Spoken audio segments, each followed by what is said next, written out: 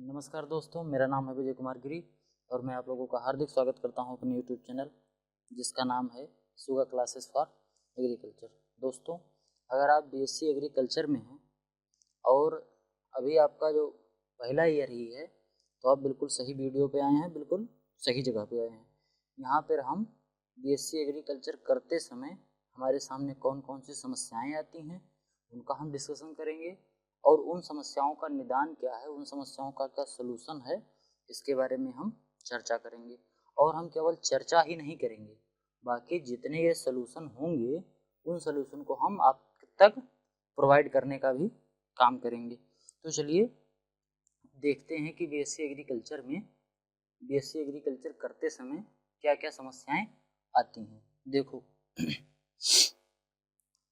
पूरे भारत में BSc agriculture करने वाले दो प्रकार के स्टूडेंट हैं। पहला ये जो यूनिवर्सिटी से पढ़ रहे हैं, कुछ ऐसे विद्यार्थी हैं जो किसी यूनिवर्सिटी से पढ़ रहे हैं, ठीक, और बाकी कुछ ऐसे भी विद्यार्थी हैं जो किसी प्राइवेट डिग्री कॉलेज से बीएससी एग्रीकल्चर कर रहे हैं। तो दोनों विद्यार्थियों की अपनी अपनी अलग अलग प्रकार की समस्याएं हैं। तो इन्हीं समस्याओं का हम आज अध्ययन करेंगे, इन्हीं समस्याओं के बारे में हम डिस्कशन करेंगे और इनका निदान कैसे किया जाए, इनका क्या सलूशन है, इसी के बारे में हम लोग आज डिस्कशन करने वाले हैं। तो जिसमें से सबसे पहली प्रॉब्लम है लैंग्वेज प्रॉब्लम। कोई भी लड़का होता है एग्रीकल्चर, देखो एग्रीकल्चर करने वाले लड़के जितने होते हैं ये अधिकतर रूरल बैकग्राउंड से आते हैं, गांव देहात के आदमी होते हैं। गांव देहात के लड़के जो होते हैं यही अधिकतर एग्रीकल्चर में जाते हैं। तो एग्रीकल्चर में जब ये जाते हैं तो चूँकि ये गांव से आते हैं इसीलिए इनको लैंग्वेज की समस्या बहुत होती है। क्योंकि यूनिवर्सिटी में अगर जाएंगे तो यूनिवर्सिटी में इंग्लिश में प्रोफेसर पढ़ाते हैं, यूनिवर्सिटी में जो लाइब्रेरी है वहाँ पे ज़्यादा जो किताबें मिलेंगी वो भी इंग्लिश में ही मिलेंगी। जबकि जो गांव से लड़के गए होते हैं, खासकर यूपी बोर्ड वाले लड़के, ये इनका इंग्लिश बहुत वीक होता है, ये इंग्लिश कायदे से लिख नहीं पाते, समझ नहीं पाते और उसका प्रोनाउंसिएशन भी कायदे से कर नहीं पाते। इसीलिए उनको कोई भी चीज़ की टॉपिक को याद करने में काफ़ी समस्या होती है। और अगर लड़का बायो और मैथ से है, अगर उसका इंटर बायो और मैथ से है तो कुछ हद तक तो ठीक है, चल जाएगा, वो थोड़ा कवर कर लेता है। लेकिन अगर लड़का इंटर एग्रीकल्चर से किया है तब ये समस्या और भी जटिल हो जाती है। वो कैसे? क्योंकि इंटर एग्रीकल्चर वाले लड़के इंटर में इंग्लिश नहीं पढ़े रहते हैं। तो चूंकि वो इंटर में भी इंग्लिश नहीं पढ़े हैं, केवल हाई स्कूल तक इंग्लिश पढ़े थे, उसके बाद बीएससी में जब आए तो बीएससी में टोटल इंग्लिश मिल गई, तो इनको समझ में नहीं आता। वहाँ प्रोफेसर आएगा जब लेक्चर देगा तो उनको लेक्चर समझ में नहीं आएगा। कोई लेक्चर अगर वो कोई टॉपिक लिखाएगा तो ये सही से लिख भी नहीं पाएंगे। लाइब्रेरी में जाएंगे तो वहाँ किताबें देखेंगे तो सब इंग्लिश में रहेगा, तो वहाँ पढ़ ही नहीं पाएंगे, समझ ही नहीं पाएंगे। तो सबसे बड़ी समस्या क्या होती है? लैंग्वेज की समस्या। अब अगली समस्या जो है वो सिलेबस की प्रॉब्लम। बीएससी एग्रीकल्चर जब से सेमेस्टर वाइज हुआ है, 5th डीन कमेटी आई है, तब से इस बीएससी एग्रीकल्चर के सिलेबस को 8 सेमेस्टर में बांटकर अध्ययन किया जाता है। तो हर सेमेस्टर में 8-10 कोर्स होते हैं, 8 कोर्स, 10 कोर्स, 12 कोर्स, ऐसे हर यूनिवर्सिटी का अपना अलग अलग टाइटल होता है और अलग अलग अपना वो कोर्स डिवाइड करते हैं। कभी किसी सेमेस्टर में 8 कोर्स करते हैं, किसी सेमेस्टर में 10 कोर्स करते हैं। तो किसी एक कोर्स के लिए कोई एक पर्टिकुलर किताब कहीं भी उपलब्ध नहीं है, चाहे वो इंग्लिश की बात कर लें चाहे हिंदी की बात कर लें, ठीक। तो किसी एक, जैसे मान लो कि एक सब्जेक्ट फंडामेंटल ऑफ हार्टिकल्चर, तो अगर आप फंडामेंटल ऑफ हार्टिकल्चर की कोई बुक खरीदने जाएंगे तो आपको बुक पूरा ऐसे कोई बुक ही नहीं मिलेगी जिसमें पूरा सिलेबस कवर हो। तो इसीलिए आपको अगर 10 सब्जेक्ट पढ़ने हैं तो कम से कम 15 से 20 किताबें खरीदनी पड़ेंगी। तो हर बच्चा इसको अफोर्ड नहीं कर पाता, हर बच्चा इसे खरीद नहीं पाता और कहीं एक जगह पे ये मिलती भी नहीं है। और अगर मान लो मिल भी जाएं तो लैंग्वेज वाली समस्या है। जैसे मान लो कि अगर फंडामेंटल की कोई बुक मिल गई लेकिन हमको चाहिए हिंदी में लेकिन मिल रही है अंग्रेजी में, या मान लो कि प्लांट पैथोलॉजी की बुक हमें चाहिए, मिल रही है हिंदी में और चाहिए हमें इंग्लिश में, तो एक सिलेबस जो इसका पूरा होता है कहीं कंपाइल रूप से मिलता नहीं है। जैसे 7th और 8th में हम लोग पढ़ते आते थे, हाई स्कूल या 9th इंटरमीडिएट में कि हाँ इतना पढ़ लो इतने में काम हो जाएगा एक किताब एक सब्जेक्ट के लिए, वैसे यहाँ पे नहीं है। तो इसमें सबसे बड़ी समस्या एक ये भी है। फिर अगला है हिंदी और रीजनल लैंग्वेज बुक। देखो जैसे कि बीएससी एग्रीकल्चर लड़का कर रहा है तो वो अधिकतर क्या करते हैं, जो डिग्री कॉलेज वाले लड़के होते हैं, क्योंकि इनको इंग्लिश आती नहीं होती है, तो ये इंग्लिश जब नहीं आती है इन्हें तो ये क्या करते हैं कि हिंदी उसका अल्टरनेटिव हिंदी ढूंढने लगते हैं। कि अगर जैसे मान लो उनको फंडामेंटल ऑफ हार्टिकल्चर पढ़नी है तो वो कोई ऐसी बुक खरीदेंगे कि जिसमें वो सिलेबस मिल रहा हो लेकिन वो हिंदी में हो। और यही स्टार्टिंग पॉइंट होता है जहाँ से लड़के अपनी इंग्लिश धीरे धीरे वीक करना और शुरू कर देते हैं। अगर वो हिंदी में एक बार ढल गए फिर वो पूरी बीएससी एग्रीकल्चर हिंदी भाषा में ही करे जाते हैं। और हिंदी भाषा में करते हैं तो उसका सबसे खराब इफेक्ट ये पड़ता है कि जैसे कोई भी जो अपडेट आता है, मुख्य रूप से एग्रीकल्चर से रिलेटेड जो भी अपडेट आता है वो हमको इंटरनेट पे इंग्लिश के माध्यम में मिलता है, इंग्लिश लैंग्वेज में मिलता है। फिर इंग्लिश लैंग्वेज को कोई आदमी पढ़ेगा, फिर उसको राइटर कोई पढ़ेगा उसको, फिर उसको ट्रांसलेट करेगा और ट्रांसलेट करने के बाद तब वो हमें हिंदी में उपलब्ध हो पाती है। तो जो इंग्लिश लैंग्वेज और हिंदी लैंग्वेज इन दोनों के बीच में जो वेरिएशन होता है उसमें इंग्लिश वाले थोड़ा ज़्यादा प्रेफर करते हैं, अंग्रेजी वाले थोड़ा आगे निकल जाते हैं। तो एक समस्या इनकी ये भी रहती है। फिर अगली समस्या क्या है, इंग्लिश लैंग्वेज बुक। अब मान लो इंग्लिश लैंग्वेज बुक मिल गई, English language book fundamental of horticulture की मिल गई, तो जो बुक मिलेगी या तो इतने हाई लैंग्वेज में लिखी होगी इंग्लिश में, इतनी डिफ़िकल्ट लैंग्वेज में लिखी होगी कि हम पढ़ ही नहीं पाएंगे, और पढ़ेंगे तो हमको समझ में नहीं आएगा। उसमें कुछ ऐसी टर्मिनोलॉजी होगी जो स्टार्टिंग में हिंदी मीडियम वाले लड़के पढ़ नहीं पाते। जब मैं भी बीएससी फर्स्ट सेमेस्टर में था तो कुछ ऐसी टर्मिनोलॉजी थी मैं पढ़ नहीं पाता था, समझ गए। तो एक समस्या ये भी होती है। और उसके बाद जो इंग्लिश वाली बुक होती है, कोई कोई बुक इतने हाई लेवल की होती है कि फंडामेंटल ऑफ हॉर्टिकल्चर खरीदने गए तो तुमको 1200 पेज की कोई एक बुक मिल गई, वो मिली। अब उसको पढ़े जा रहे हो, हमको चाहिए थोड़ा सा सिलेबस, लेना पड़ रहा है हमको बहुत ढेर सारा। तो एक समस्या ये भी होती है। फिर अगली समस्या होती है टफ सब्जेक्ट। एक तो बच्चा इंग्लिश में वीक है, प्रोफेसर अंग्रेजी में पढ़ा रहा है, इंग्लिश में लिखा रहा है, और उसके बाद कोई बायोकेमिस्ट्री या स्टैटिक्स या फंडामेंटल पैथोलॉजी या फंडामेंटल ऑफ एंटोमोलॉजी जैसा कोई सब्जेक्ट मिल जाए तो वही हाल हो जाएगा। एक तो करेला ऊपर से नीम चढ़ा, तो उसको और नहीं समझ में आएगा कि अब क्या करें। एक तो इंग्लिश में है वैसे नहीं समझ में आता, और ऊपर से ये इतना कठिन सब्जेक्ट है। तो ये भी एक समस्या होती है लड़कों को। फिर अगला क्या है, time management between competitive exam and BSc agriculture. जैसे कि कोई लड़का जब बीएससी एग्रीकल्चर करने जाता है, चाहे वो degree college private degree college से कर रहा हो, चाहे वो किसी यूनिवर्सिटी से कर रहा हो, तो उसके बीएससी एग्रीकल्चर करने का अल्टीमेटली एक एम होता है कोई जॉब। और जॉब उसे मिलेगी कैसे, कॉम्पिटिटिव एग्जाम की तैयारी से। तो बीएससी एग्रीकल्चर करते समय कॉम्पिटिटिव एग्जाम की किस तरीके से तैयारी करें, एक समस्या उसके साथ भी होती है। यूनिवर्सिटी में जो पढ़ने वाले लड़के होते हैं इनकी क्लास सुबह 7 बजे से लेकर शाम 5 बजे तक लगभग चलती है। ऐसे मतलब हर यूनिवर्सिटी में थोड़ा थोड़ा वेरी कर सकता है, लेकिन सुबह 7 बजे से शाम 5 बजे तक चलती है। बीच बीच में हमको आधे घंटे 1 घंटे 2 घंटे का ऐसे टाइम मिलता है, तो वो टाइम हम कहीं यूज नहीं कर सकते। जैसे मान लो लंच के लिए 2 घंटे का टाइम मिला तो हम उसमें खाना खा लेंगे और क्या करेंगे, आधे घंटे खाना खा लिया, बाकी 1.5 घंटे बचे तो हम 1.5 घंटे में क्या कर सकते हैं। तो इसीलिए ये भी एक समस्या होती है। फिर अगली समस्या क्या होती है, कोचिंग की। अगर मान लो बच्चा कोचिंग करना चाहे कि हाँ हम बीएससी एग्रीकल्चर में हैं और हमको कॉम्पिटिटिव एग्जाम की तैयारी करनी है, तो हम फला कोचिंग में चले जाते हैं और कर लेते हैं।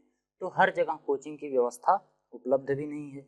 जैसे मान लो कि अगर कोई गोरखपुर का लड़का है या गोंडा बहराइच और हरदोई का या कन्नौज का लड़का है, तो अगर उसे कहीं कोचिंग करनी है, प्राइवेट डिग्री कॉलेज से बीएससी कर रहा है और अगर कहीं कोचिंग करनी है तो कोचिंग के 2 माध्यम, या तो ऑफलाइन, तो ऑफलाइन में उसे कानपुर जैसे बड़े शहर, कानपुर, इलाहाबाद, दिल्ली जैसे बड़े शहर में जाना पड़ेगा।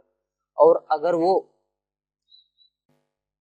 ऑनलाइन कोचिंग का सहारा लेता है तो उसे समझ में नहीं आएगा।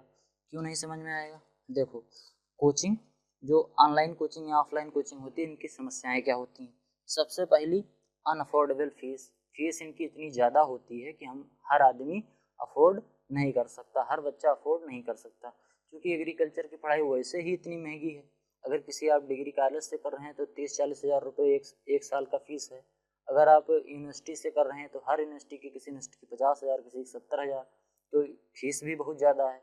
इतनी फीस दो, फिर उसके बाद बुक लो, बुक लेने के बाद फिर अपना खर्चा, अपने खर्चे के बाद फिर कोचिंग का खर्चा, तो ये हर बच्चा अफोर्ड नहीं कर पाता। उसके बाद टाइमिंग कोचिंग की, मान लो कि मैं कानपुर में रह रहा हूँ और कानपुर यूनिवर्सिटी में पढ़ रहा हूँ, तो कानपुर यूनिवर्सिटी में पढ़ रहा हूँ तो मैंने सोचा कि लाओ कानपुर में किसी कोचिंग में एडमिशन ले लेते हैं, किसी कोचिंग में कॉम्पिटिटिव एग्जाम की हम तैयारी करेंगे। तो उस कोचिंग का टाइम शाम को, दोपहर को 2 बजे से 4 बजे तक उसकी टाइमिंग है। लेकिन हमको क्या है कि 2 बजे से 4 बजे तक हमारा यूनिवर्सिटी में लेक्चर है, तो हम कोचिंग देखें कि लेक्चर देखें। लेक्चर नहीं देखेंगे तो प्रोफेसर दूसरा फेल कर देगा, तो ये भी एक समस्या होती है। उसके बाद फिर क्या है, language in teaching in coaching. कोई भी पूरे भारत में अगर कोई एग्रीकल्चर की स्टैंडर्ड कोचिंग है, कोई जो बहुत मानी जानी कोचिंग जिसे आप मान सकते हैं, उस कोचिंग में अगर आप जाएंगे तो उनकी जो पढ़ाने की भाषा होती है वो इंग्लिश ही होती है। वो भले बोलें कि हम बाईलैंग्वेज पढ़ाएंगे, लेकिन वो धीरे धीरे वो बाईलैंग्वेज इंग्लिश में कन्वर्ट होता चला जाता है। उनका एक्सप्लेनेशन तो हिंदी में रहेगा, लेकिन जो कंटेंट देंगे आपको वो इंग्लिश में देंगे। तो लड़के यहाँ, हिंदी वाले मीडियम के लड़के कहीं ना कहीं थोड़ा सा मात खा जाते हैं। फिर अगली समस्या क्या है, syllabus for every competitive exam in agriculture. मतलब कि हर कोचिंग वाला बीएससी एग्रीकल्चर से जुड़े जितने भी वैकेंसी आती हैं, चाहे एनएससी का हो, चाहे एएफओ का हो, चाहे टीए का हो, चाहे यूपी ट्रिपल एससी का हो, चाहे शुगर कैन सुपरवाइजर का हो, चाहे इफको क्रिफको या और भी कितनी भी वैकेंसी आए, सब के लिए अलग अलग पैकेज है उनका, कोचिंग वालों का, कि 2,000 रुपये, 5,000 रुपये, 10,000 रुपये दो, एएफओ की तैयारी कर लो, 2,000 दो एनएससी की तैयारी कर लो। अब जैसे मान लो कोई एएफओ का बच्चा है, एग्रीकल्चर फील्ड ऑफिसर की तैयारी करना चाहता है, उसने एक कोर्स खरीद लिया 4,000 का, अब वो एएफओ की तैयारी कर रहा है। इतने में बीच में नोटिफिकेशन आ गया एनएससी वाला, फिर वो कोचिंग वाले क्या करेंगे कि एनएससी का भी एक सिलेबस निकाल देंगे कि हाँ एनएससी का एक कोर्स निकाल देंगे, अगर आपको एनएससी की तैयारी करनी है तो ये खरीदिए। तो अब एएफओ भी करना है, एनएससी भी करनी है, तो अब दोनों की तैयारी एक साथ जो करनी है तो हमको दोनों खरीदो। और जबकि अल्टीमेटली देखा जाए कुल घुमा फिरा के, तो केवल जो बहुत हाई लेवल के एग्जाम है, जैसे जेआरएफ और एसआरएफ के एग्जाम को छोड़ दिया जाए, तो बाकी जितने वैसे बी ग्रेड और सी ग्रेड के जो जॉब होती हैं, इनमें एग्रीकल्चर जो पूछा जाता है बस 19-20 का अंतर होता है सभी में, सबका कोर्स लगभग सेम जैसा ही होता है। लेकिन ये कोचिंग वाले हर हर जॉब के लिए अलग अलग अपना सिलेबस बना के उसको सेल करते रहते हैं। उसके बाद बेसिक कॉन्सेप्ट, जैसे मान लो कि अगर एएफओ का ले लिया, किसी मानी जानी कोचिंग में ऑनलाइन या ऑफलाइन हम क्लास ले रहे हैं, तो वो क्या करेंगे कि 6 महीने में, 3 महीने में, ऑनलाइन कोचिंग में तो 3-3 महीने में ही पूरा सिलेबस खत्म कर देते हैं, ऑफलाइन कोचिंग में तो लगभग 1 साल में खत्म करते हैं। तो एक ये समस्या होती है कि आपका बेसिक कायदे से क्लियर नहीं है। अगर आप डिग्री कॉलेज से पढ़ रहे हैं तो वहाँ बेसिक थोड़ा लड़कों का वीक पड़ जाता है। ऊपर से जब वो कोचिंग में गए तो वहाँ इंग्लिश में पढ़ाया जा रहा है, और इंग्लिश में पढ़ाया जा रहा है बहुत शॉर्ट में, बहुत जल्दी जल्दी पढ़ाया जा रहा है। तो वहाँ क्या होता है कि लड़कों का जो बेसिक कॉन्सेप्ट है वो क्लियर नहीं हो पाया रहता, इसीलिए लड़के वहाँ भी थोड़ा सा मात खा जाते हैं। तो ये इतनी समस्याएं होती हैं बीएससी एग्रीकल्चर करते समय लड़कों की। अब इसका जो सलूशन है, इसका केवल एक ही सलूशन है जो यूट्यूब पर पहली बार किसी चैनल ने देने का वादा किया है, और वो है सुगा क्लासेस फॉर एग्रीकल्चर। जी हाँ दोस्तों, मैं आपको ये एश्योर करूँगा कि बीएससी एग्रीकल्चर से रिलेटेड, चाहे वो आप डिस्क्रिप्टिव पेपर का हो, चाहे ऑब्जेक्टिव पेपर का हो, चाहे कॉम्पिटिटिव एग्जाम का हो, पूरा सिलेबस मैं यूट्यूब पर आपको प्रोवाइड कराऊंगा। अब इसमें इसका एक सलूशन है, जो हिंदी और इंग्लिश वाले जो लड़के फंस रहे थे, उसमें इसका जो सलूशन क्या है लैंग्वेज का सलूशन मैं एक ऐसा निकाला हूँ कि मैं जो पढ़ाऊंगा वो कंटेंट, वो मैं इंग्लिश में भी समझाऊंगा, हिंदी में भी समझाऊंगा, और जितने भी नोट्स मैं दूंगा वो सब बाइलिंगुअल रहेंगे। आप हिंदी में भी पढ़िए और वही इंग्लिश में भी पढ़िए। ऐसा नहीं है कि आप इंग्लिश में ही केवल पढ़ रहे हैं या केवल हिंदी में, आपको दोनों भाषाएं एक साथ मिलेंगी। इससे आपको क्या होगा कि धीरे धीरे आप हिंदी से इंग्लिश में ट्रांसफॉर्म कर पाएंगे, एक जगह से दूसरी जगह पे हिंदी से धीरे धीरे इंग्लिश में शिफ्ट हो पाएंगे। तो इसको मैं एक ही नोट्स में दोनों भाषाओं को कंपाइल करके दूंगा। ठीक, अब उसके बाद सिलेबस प्रॉब्लम बाइलिंगुअल। जो सिलेबस का प्रॉब्लम है वो बाइलिंगुअल होगा। Full course of agriculture in detail, BSc agriculture करने के लिए जो यूनिवर्सिटी का सिलेबस होता है उसको मैं पूरा फुल डिटेल से, पूरा बेसिक कॉन्सेप्ट से क्लियर कराऊंगा, बाइलिंगुअल, हिंदी में भी और अंग्रेजी में भी। धीरे धीरे पहले मैं हिंदी पढ़ाऊंगा, फिर आपको धीरे धीरे इंग्लिश, हिंदी से इंग्लिश में कैसे जाया जाए, क्योंकि जो इंग्लिश वाले बच्चे रहते हैं वो, ये तो सत्य बात है कि इंग्लिश वाले हिंदी वालों से कहीं ना कहीं थोड़ा आगे होते हैं। क्यों? क्योंकि उनके पास जो इंफॉर्मेशन का जो सोर्स होता है वो थोड़ा ज़्यादा ब्रॉड होता है। जैसे मान लो कि आईसीआर की कोई वैरायटी निकली तो आईसीआर की वेबसाइट पे इंग्लिश में मिलेगा, फिर उसको कोई पढ़ेगा, फिर उसको ट्रांसलेट करेगा, ट्रांसलेट करके हिंदी में करेगा, तब हिंदी वाले बच्चे जान पाएंगे। जबकि इंग्लिश वाले बच्चे डायरेक्ट उसकी वेबसाइट पे विजिट करके जान सकते हैं। तो मैं क्या करूँगा कि हिंदी से धीरे धीरे आपको इंग्लिश में धीरे धीरे उसको आप लोगों को शिफ्ट करवा दूंगा, कि पहले हिंदी में पढ़ाऊंगा लेकिन धीरे धीरे आपको आपकी इंग्लिश मजबूत होती जाएगी और लगभग 1 साल के अंदर आप बिल्कुल फर्राटेदार इंग्लिश जान जाएंगे। किसमें? बीएससी एग्रीकल्चर में। बीएससी एग्रीकल्चर की अगर आप कोई किताब पढ़ेंगे तो आपको समझने में बिल्कुल भी दिक्कत नहीं होगी। जैसे आप हिंदी समझ सकते हैं वैसे इंग्लिश भी समझने लगेंगे। अब फिर अगला सॉल्यूशन क्या है? And syllabus of all agriculture related competitive exam. अब इसमें जो सिलेबस है एग्रीकल्चर रिलेटेड, ये मैं एक ही सिलेबस पूरा एग्रीकल्चर के लिए कॉम्पिटिटिव एग्जाम का केवल एक सिलेबस कंपाइल करके दूंगा। एक तो बीएससी एग्रीकल्चर डिस्क्रिप्टिव का दे दूंगा, उसमें आप डिस्क्रिप्टिव का पेपर और बेसिक कॉन्सेप्ट अपना क्लियर कर लीजिएगा। उसके बाद मैं कॉम्पिटिटिव एग्जाम के लिए कंपाइल सा सब्जेक्ट लेके आऊँगा, बिल्कुल कंपाइल एक कोर्स रहेगा, उसको आप, और बीएससी एग्रीकल्चर की कोई भी वैकेंसी हो तो उसमें आप कंप्लीट कर पाएंगे। लगभग मैं पूरा सिलेबस उसी एक में ही हर वैकेंसी का सिलेबस कंप्लीट कर दूंगा। जैसे मान लो एसआरएफ जेआरएफ की बात तो दूसरी है, वो तो अलग ही चीज़ है क्योंकि थोड़ा हाई लेवल का है, तो उसके लिए तो अलग अलग कोर्स बनाना पड़ता है। बाकी जितनी भी ए ग्रेड और बी ग्रेड की, सी ग्रेड की जो सर्विस है जॉब के लिए, जो अर्हताएँ होती हैं, जो रिक्वायरमेंट होती हैं एग्रीकल्चर की, उतनी मैं आपको पूरा करवा दूंगा। फिर अगला क्या है? नोट्स। जो मैं पढ़ाऊंगा उसका मैं नोट्स दूंगा, बाइलिंगुअल नोट्स, जैसा मैंने पहले बताया।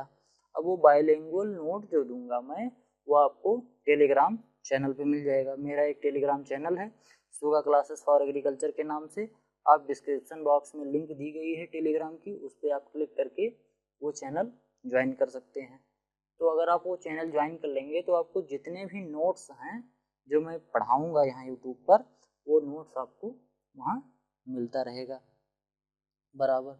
और फीस यूट्यूब पर पढ़ाने की मैं एक ही फीस लूँगा कि आपको वीडियो देखनी है और वीडियो को लाइक करना है, अपनी जो समस्याएं हैं उसको कमेंट करना है और ज़्यादा से ज़्यादा दोस्तों को शेयर करना है और साथ में ही चैनल को सब्सक्राइब करना है।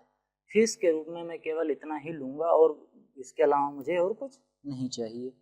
और फिर अगला सलूशन क्या है? टाइमिंग का। क्योंकि मैं यूट्यूब पे पढ़ाऊँगा तो टाइमिंग का कोई झंझट ही नहीं रहेगा। आप, मैं वीडियो अपलोड कर दूँगा, आपको जब पढ़ना हो तब आप पढ़ सकते हैं। मेरी पूरी टीम वीडियो अपलोड कर देगी, जब आपको पढ़ना हो तब आप यूट्यूब पर देख के वीडियो पढ़ सकते हैं। ठीक।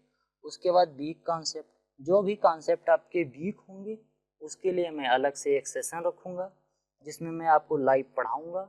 आपके क्वेश्चन जो आप पुटअप करेंगे उनका मैं आंसर दूँगा। आप आंसर, जैसे मान लो कोई टॉपिक मैंने पढ़ाया, उस टॉपिक का आपको कोई कॉन्सेप्ट समझ में नहीं आया तो आप कमेंट बॉक्स में वो टॉपिक मुझसे पूछ सकते हैं। मैं उस कमेंट बॉक्स में आपको रिप्लाई दूंगा या फिर मेरी टीम उसका रिप्लाई देगी, या आपको मैं उस रिलेटेड टॉपिक का एक वीडियो बनाकर दे दूंगा, तो जिससे आपका कॉन्सेप्ट क्लियर हो जाए। कोई भी ऐसा कॉन्सेप्ट नहीं बचेगा जिसको मैं क्लियर ना करवा दूं या मेरी पूरी टीम मिलकर ना करवा दी। ये मेरा वादा है।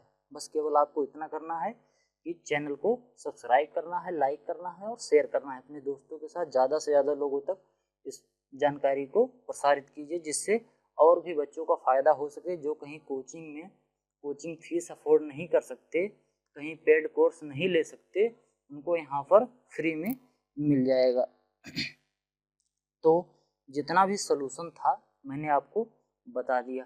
आई होप कि आपको ये समझ में आ गया होगा और इस जानकारी को ज़्यादा से ज़्यादा लोगों तक शेयर करें और ज़्यादा से ज़्यादा तक इसको प्रसारित करें, जिससे आपके और भी मित्रों का भला भला हो सके। Thank you all. मिलते हैं अगली वीडियो में।